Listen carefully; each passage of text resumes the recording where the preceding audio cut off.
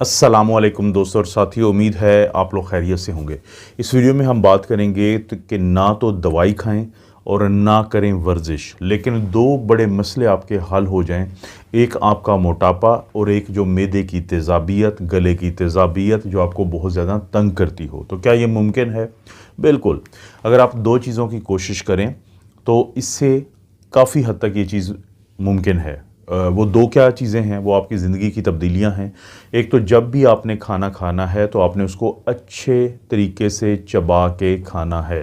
यानी कोशिश करें कि जैसे जब भी आप खाना खाते हैं, जैसे सुबह का नाश्ता हो, दोपहर का खाना हो या रात को आपको डिनर करना हो, तो आपने खाने को अच्छे तरीके से चबाना है। इससे क्या फ़ायदा होगा?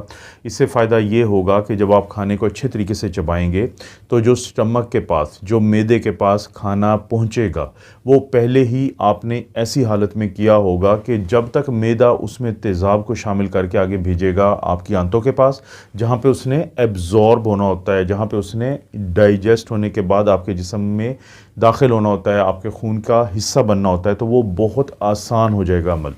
लेकिन फ़र्ज़ करें कि आप जल्दी में खाना खाते हैं और आप खाने को ज़्यादा नहीं चबाते, तो जो मैदे के पास पहुंचता है खाना, वो एक ऐसी शक्ल में पहुंचता है कि जिसको अगरचे मैदा कोशिश करेगा लेकिन उसको ज़्यादा उसकी टूट फूट या तोड़ फोड़ नहीं होगी, छोटे छोटे पीसेस नहीं बनेंगे।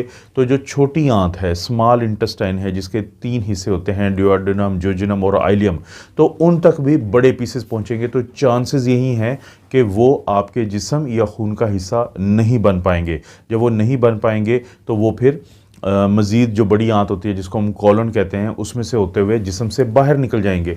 तो इससे क्या होगा? इससे नुकसान ये होगा कि आपके जिस्म को वो एनर्जी, वो तवानाई नहीं मिल पाएगी जो उसे चाहिए अपने दिन के काम करने के लिए।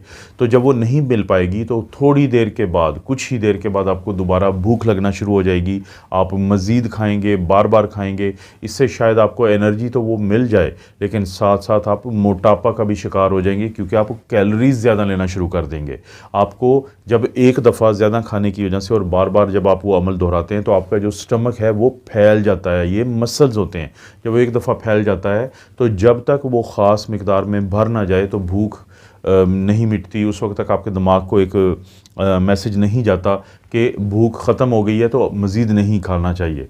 तो इसलिए अगर आपकी ये रूटीन है कि आप खाने को चबा के खाते हैं, बड़े सुकून से खाते हैं और छोटे छोटे पीसेस हो जाते हैं खाने के, तो फिर आपको एनर्जी जल्दी मिल जाती है और आपका जो स्टमक है वो मज़ीद खाने की जो है वो बार बार डिमांड नहीं करता, या आपके जिस्म जो है वो बार बार डिमांड नहीं करता। तो बग़ैर वर्जिश के और बग़ैर जो दवाइयों के, एक तो ये तरीका है कि जिससे आप अपना वज़न बहुत आसानी से कम कर सकते हैं, और दूसरी एक और आदत है कि जिसकी मदद से आपको जो आपके मैदे की तेज़ाबियत होती है, जो आपके खुराकी नाली की तेज़ाबियत होती है, तो उससे छुटकारा मिलता है। वो आदत क्या है?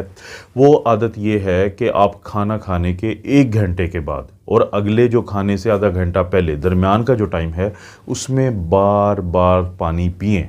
थोड़ा थोड़ा पानी पिएँ, बार बार पिएँ, तो उससे आपको बहुत बड़ा एक फ़ायदा होगा। साइंटिफिकली क्या चीज़ साबित शुदा है वो मैं आपको बता देता हूँ। जैसे मिसाल के तौर पे हमारे जो मैदे की जो पीएच होती है, यानी पीएच क्या बताती है कि कोई चीज़ कितनी तेज़ाबियत है उसके अंदर, या कम तेज़ाबियत है, या वो कितनी अल्कलाइन है। तो मैदे की जो तेज़ाबियत है वो 1.5 से 3.5 तक है, यानी एवरेज इसको हम कहते हैं कि पीएच 2 है। ये बहुत ज़्यादा तेज़ाबियत है, ये बहुत ज़्यादा एसिड है। तो क्यों चाहिए स्टमक के अंदर ये तेज़ाबियत? 2 वजह से। एक तो जो स्टमक है वो मुख्तलिफ़ किस्म के खाने और ख़ास तौर पे जो प्रोटीन है उसकी जो टूट फूट होती है, उसमें जो मेन किरदार है, वो मेन किरदार है उसकी तेज़ाबियत का। तो जब स्टमक की जो पीएच है वो कम होती है, तो इसकी वजह से जो खाने की टूट फूट है वो बहुत बेहतर हो जाती है।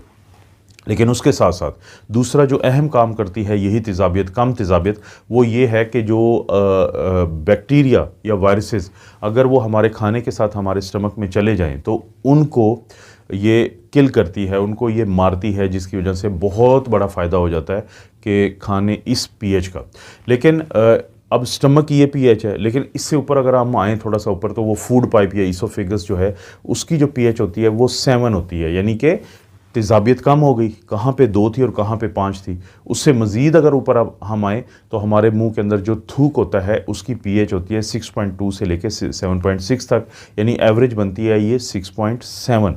अब हमने 1 मिनट के लिए इसको ज़रा कंपेयर करते हैं कि हमारे खून की तेज़ाबियत कितनी है।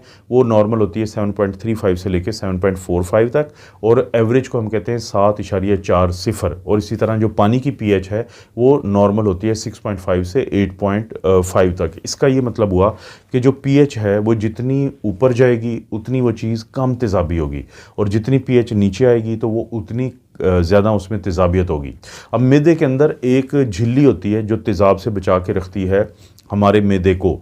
लेकिन फ़र्ज़ करें आपने 2 खाने खाने हैं, 3 खाने खाने हैं, सुबह का नाश्ता किया, दोपहर का खाना खाया, रात का खाया। अब दरमियान में हर वक्त हमारे मैदे के अंदर 20 ml से लेकर 100 ml तक फ्लूइड मौजूद होता है, और उसकी पीएच कितनी है 2 है, जो बहुत तेज़ाबी है। तो बावजूद कोशिश के आपकी झिल्ली बहुत ज़्यादा नहीं बचा पाती, और ये तेज़ाब उसी झिल्ली को खाना शुरू कर देता है, जिससे कि फिर अल्सर जन्म लेता है।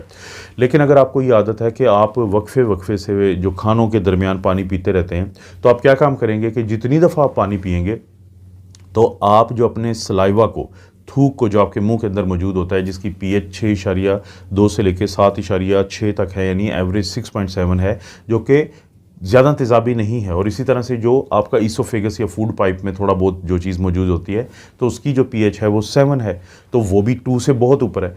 तो हर दफ़ा आप अपने मुंह से ये जो सलाइवा है, ये थूक है, इसको पानी के साथ नीचे लेके जाएंगे तो मैदे की तेज़ाबियत को न्यूट्रलाइज़ कर देगी ये चीज़। जैसे कि अगर आप बहुत ज़्यादा मीठी चीज़ है तो उसमें नमक डालेंगे तो मिठास कम हो जाएगी। इसी तरह से बहुत ज़्यादा नमकीन चीज़ है तो उसमें अगर थोड़ा सा मीठा डालेंगे तो उसकी मिठास, उसकी नमक वाला जो है टेस्ट, वो किसी हद तक कम हो जाएगा। यानी एक की ज़िद को जब कहीं पे डाला जाता है तो वो दूसरी चीज़ को मिकदार में या उसकी जो तासीर में कम कर देती है।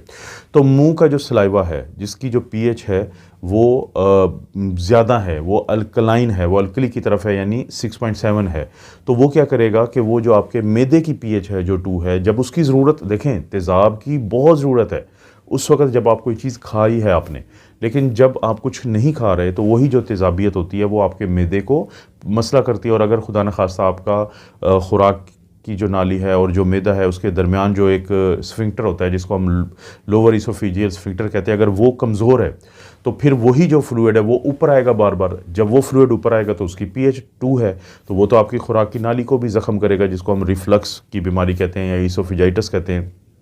तो इसलिए उस तेज़ाबियत को इन खानों के दरमियान ये जो बार बार पानी पीने की आदत है ये कम करती है, जिससे इस बीमारी से बहुत हद तक दवाइयों के बगैर और किसी वर्जिश के बगैर आपको तेज़ाबियत से भी बहुत हद तक निजात मिलती है। तो दोस्तों, आपको अंदाज़ा होगा इन 2 चीज़ों से कि आप अपने मोटापे को और अपने तेज़ाबियत को कम कर सकते हैं दवाइयों के बगैर ही। आपको पता है इस तरह की वीडियोस आपको इस चैनल पे मिलती रहती हैं, तो आपसे रिक्वेस्ट है कि वीडियो को लाइक करें, चैनल को लाजमी सब्सक्राइब करके बेल नोटिफिकेशन और ऑल प्रेस कर दें, ताकि हर नई वीडियो फौरी आपको पता चल जाए। कोई वीडियो अच्छी लगती है तो दोस्त रिश्तेदारों से शेयर भी कर दें। आप अपना और अपनी फैमिली का ख्याल रखें। अल्लाह ताला आपको और आपकी फैमिली को हर किस्म की बुराई, बीमारी और आजमाइश से महफूज रखें।